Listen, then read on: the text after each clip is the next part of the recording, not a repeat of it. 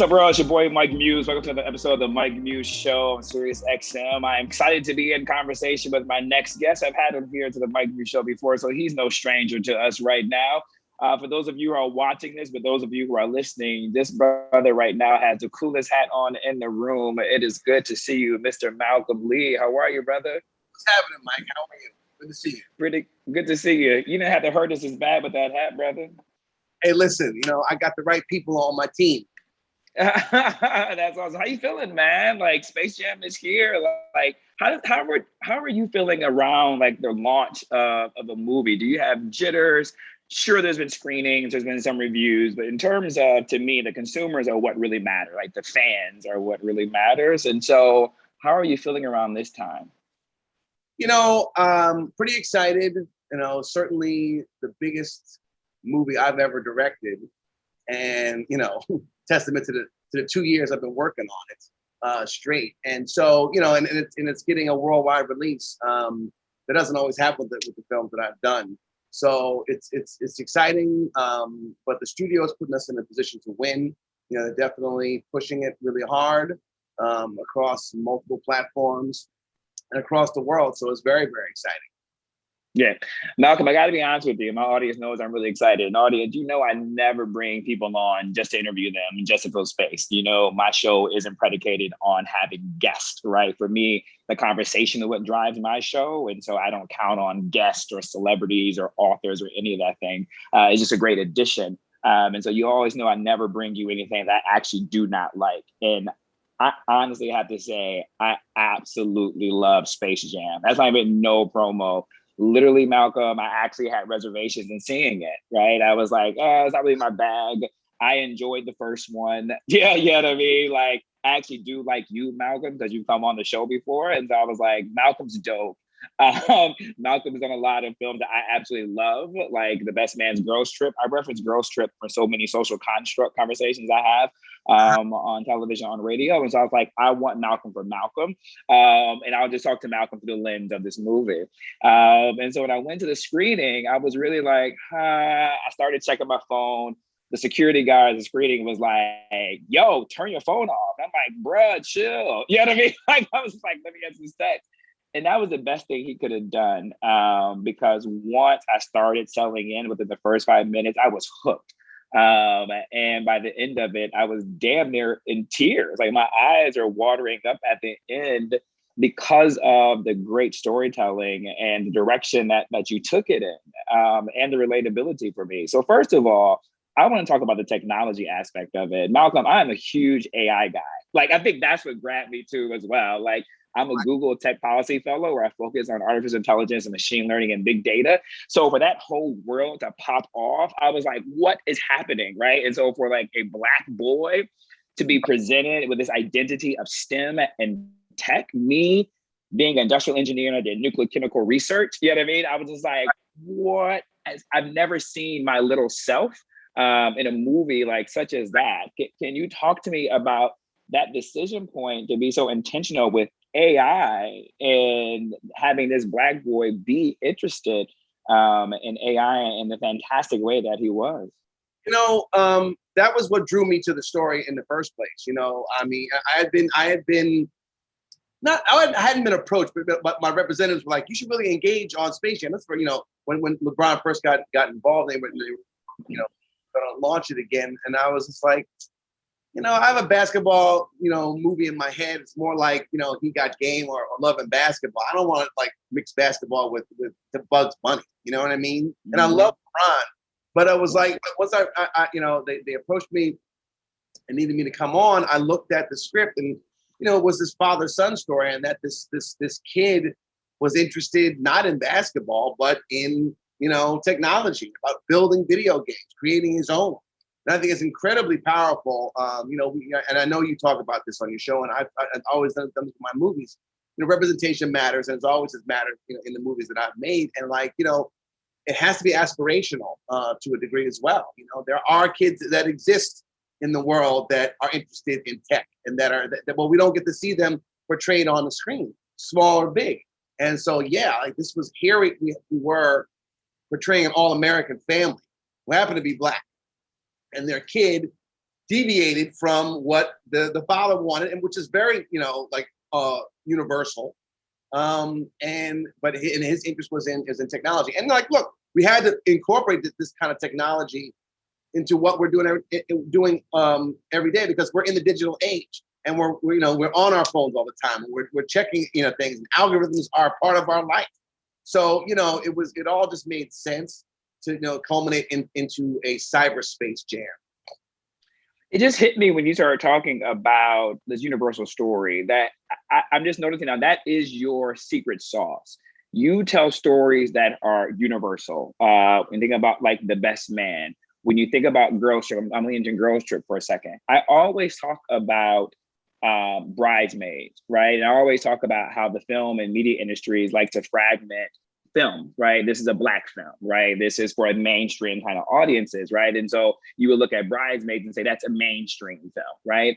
You look at Girls Trip, you would say that is a Black oriented centered film for a Black audience. And I say lies. And I was like, what those women were doing was literally living their best life, being rambunctious, having fun, just like those women. And I love Bridesmaids, just like they were doing in Bridesmaids, and had a ball in Vegas. You could see either group either in New Orleans or in Las Vegas. Bridesmaids could have been in New Orleans, and the Girls Trips could have been in Vegas, right? And so for me, that is universal themes, right? In the sense of seeing ourselves, because we are culture, right? Like we're no different. And so seeing this universal theme of father-son, it really honestly took me away from the idea of LeBron, right? But the way that you paced out the movie, it really showed a father fighting for a son, right? And for me, I thought that was very impactful because, again, we don't see the range of fatherhood and representation.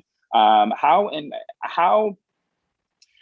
thoughtful were you with intentionality as you were like, experiencing and directing and making sure those moments were hitting? Well, I mean, that was what drew me to the project, that's what I found intriguing. It was like, okay, at our emotional core is a father-son story. And that's what we're telling, right? This schism between father and son. The father, grew up one way, and, basketball was his ticket to, greatness, and we see he put video games aside, and he's going to like focus on basketball, and has allowed him to become this global superstar. And so, that's what he's going to do for his kid. His kid is not, well, I kind of like basketball, but I'm more interested in this. And so, yeah, it was very intentional. And we always want to remind ourselves of that, that when, Dom does get captured by algae rhythm, that he's going to be, that LeBron is trying to save his son. And, that and we want to get back to that. And then not just save his son and get back to him, but also to tell his son, you know what, I see you and you're valid. And, I may have my opinion, but you're growing and you're great and you're, you've got your own ideas and I support you. I think that was one of the important messages that we wanted to have from the movie as well. Besides all the spectacle and the fun and the looniness of the tunes. Yeah, I think for me, that the way that you wrap it up so neatly in the bow, because I love about you, Malcolm, is that it's not heavy-handed, right? Like none of your films have ever been heavy-handed. Like there's some films I think they're a little too heavy-handed with the social contract, and that's fine, right? I'm not knocking anyone, right? But I think the art of it is a subtlety of it, right? And so what I love is that I hope, and I always like to use film as like teachable moments for reflection for people to hold up to society, is that if a child comes to a parent and says they want to do something that seems a little bit different, a little bit esoteric, right? Like do AI, that the parent will grab them, right? That's why I love the power of music. And when Jay-Z and Kanye and Swiss are talking about art as much as they did, my hope is that now when a little Black boy or girl say, I want to paint or draw, that is now supported because we see the value in it, right? And we see like there's a career, that could be made within it. So again, with the subtleties, it seems like the DC world was just at your disposal, right? Like how, again, did you make sure it was incorporated so it wasn't too much at one time? Because I love the subtleties of like, there's that, there's this. I don't want to give it away, people, if you haven't seen it yet. So, but like, how did you, what was the intentionality of making sure it wasn't too crowded when you could have literally everything on the buffet, it seems like?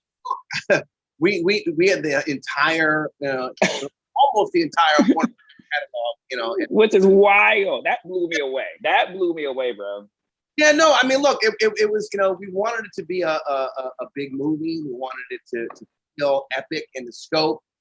So we, not only are we traveling through the serververse to gather up the tunes and going through different, Warner Brothers IP and worlds to do it, we want to bring them to the game too and make it feel like Rucker Park, street ball, where the fans are right on the court.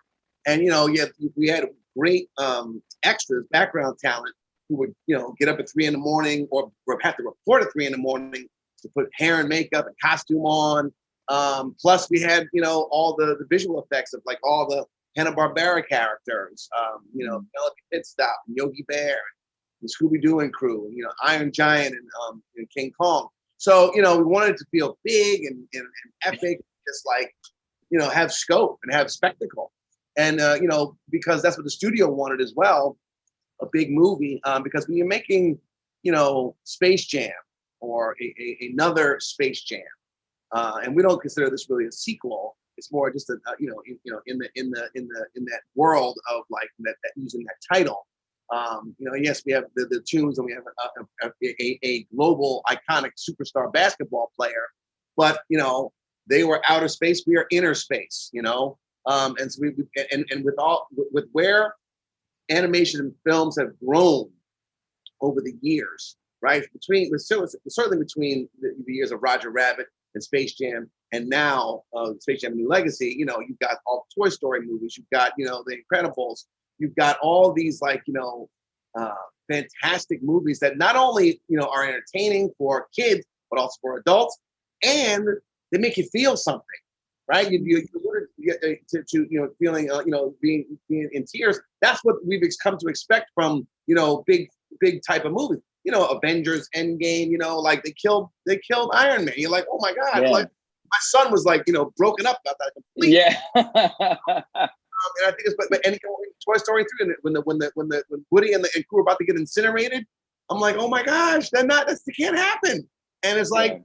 You feel something, so we wanted to continue that legacy, and that you did, man. Like I feel audience, like every moment you're gonna have like a what, right? Like especially like if you don't even have to be into animation, right, or into cartoons. There's just so many moments of surprise, like yo. I don't think you necessarily even need to be into basketball to enjoy this film. You literally don't. Like it that's what's so interesting about what you did, Malcolm. And as I told you before, I love talking to directors because of decisions that you guys actually like make. Basketball wasn't like the driving force of like this film. I felt like everything got equal billing. I felt like the father-son storytelling got equal billing alongside the AI and technology. Like you didn't heavy hand the AI aspect of it. Like you didn't heavy hand it. And also too, it wasn't just literally about the basketball aspect of it. What I love though about when it was about the narrative of having fun, right? Like talk to me about why that was really sprinkled, throughout. What were you trying to communicate to the audience with that? Well, look, when you talk about the Looney Tunes, who I grew up with, that was my Saturday morning, right? Like I'm a bowl of cereal in front of the TV, and dad says, hey, go outside, do something else. Like I got great enjoyment out of watching them, right? And so they're so you want to make sure that you're also reaching a broad audience, and so you want to have so fun is like the number one thing. That's when they said, what kind of music are you looking for? I'm like, make sure it's fun. It's got to be modern, but it's also got to be fun. Right? It can't all just be like this cool like laid back vibe that a lot of hip hop in particular wants to be now. You have to have some driving fun to it. And so, that was the kind of like the North Star, like, okay, let's make sure that this movie is fun because, yes, there's a schism between father and son. We're dealing with some serious things. We're dealing with like this evil algorithm, this artificial intelligence that wants to take over the world and wants recognition. But, at the end of the day, we've got to have fun with the story. It's got to be a rhyme. Yeah. Speaking of the hip hop and the music and having fun with it, I literally went to the gym afterwards to do my nightly run, and the first song I played was Kirk Franklin and Little Baby from the movie. So you nailed the feeling of fun, and I think you really captured that element of youthfulness, right? Whether it's Sunday morning cartoons, whether it's enjoying your family, your child, your son, right? Like that, you capture that feeling and that emotion. So cheers to you for that. Now, I know you haven't done animation before. This is your first time. And so I'm always talking to my audience about just taking that leap of faith and just jumping, right? So what prepared you for that moment? I mean, obviously you're human. And so I'm sure you were nervous, somewhat, maybe you wasn't. I don't know. You can answer that. But what prepared you how did you go into the room knowing you're about to do animation and you never did animation? How did you prepare yourself to lead a movie like this? I was very nervous. I was reluctant. And particularly because of the way this came together. They had another director on, and it wasn't the movie that they wanted to make. So I was asked to come on, and I was like, well, I don't know anything about animation, or I have not worked with this level of visual effects before. But once you kind of get in there, and they assure you, like, number one, you have support. You have some of the best artists and technicians in the business at your side helping you. You start to realize, oh, well, this is like, having a great production designer. It's like having a great director of photography. You have your visual effects, director and producer who say, okay, well, I'm going to previs this, and here's how this is going to look. And you're like, oh, okay. And then you say, oh, like these are storyboards for the animation, and this is the things we want to tell. Here's the jokes that we want to do. And I'm like, oh, well, okay, I get that. It's all storytelling. It's all storytelling techniques, and they're all tools in the toolbox that a film has. It just expands on that toolbox. So I think, like, and by the way, had I not had my 20 years of experience and 10 films under my belt, I wouldn't have been able to do it. And it's certainly not stepping, to this arena to do it. You know what I mean? Because it's a lot of stuff. It's incredibly overwhelming. There was a lot of, like, shooting, developing, meetings, and pre-production, all at once, and post-production. And even when you're in post-production and putting the movie together, you're developing characters. You're developing the goon squad. You're figuring out how to make them scary but also family friendly. And intriguing, and like shoe design and all kinds of other stuff. It's going to happen in visual effects. So it's like you have a number of bites at the apple. So that's why it's so great. And as a storyteller, it's something that you can embrace and say, okay, well, it's all part of the storytelling process. So what I'm gathering from you, Malcolm, is that when you go into moments of uncertainty and that you may have never done before, it sounds like just lean into what you already know to be true to yourself. And that seems to be, that was your guide, right? Like, as you say. I think, part of it was that. And then, you talk to, your trusted friends and colleagues, like the first call I made, when I had my meeting was to my wife. I said, they want me to do Space Jam. And she's like, I hope you said yes. And I'm like, I mean, do you know what this is gonna take? She's like, you better do that. And then, you talk to friends that are like, of course you should do that. So they saw something in me that I didn't see in myself. You know what I'm saying? That I was just like, oh, well, because I was always kind of intimidated by, the big visual effects movie. Because I was like, wow, there's so many cooks in the kitchen, so many agendas. How are you going to be able to, be anything but a traffic cop? But understand is, the film executives, the producers need you. They need you to take the leadership role on and say, okay, this is how we're going to do this. This is how I see this. And, hopefully everybody's on the same page. And when you're on the same page, okay, let me do my job. And so and I did also speak to Ron Howard, who took over for Solo. A couple of years back, and I just wanted to just pick his brain a little bit and say, okay, so like, because Ron and I think I think similar to Ron, at least that's how my perception of it. That we have kind of like a kind of a kindred spirit kind of thing. So I wanted to get his counsel also, and so I didn't tell him what it was. And I said, okay, so what was that decision? So he told me, and all his words made sense to me.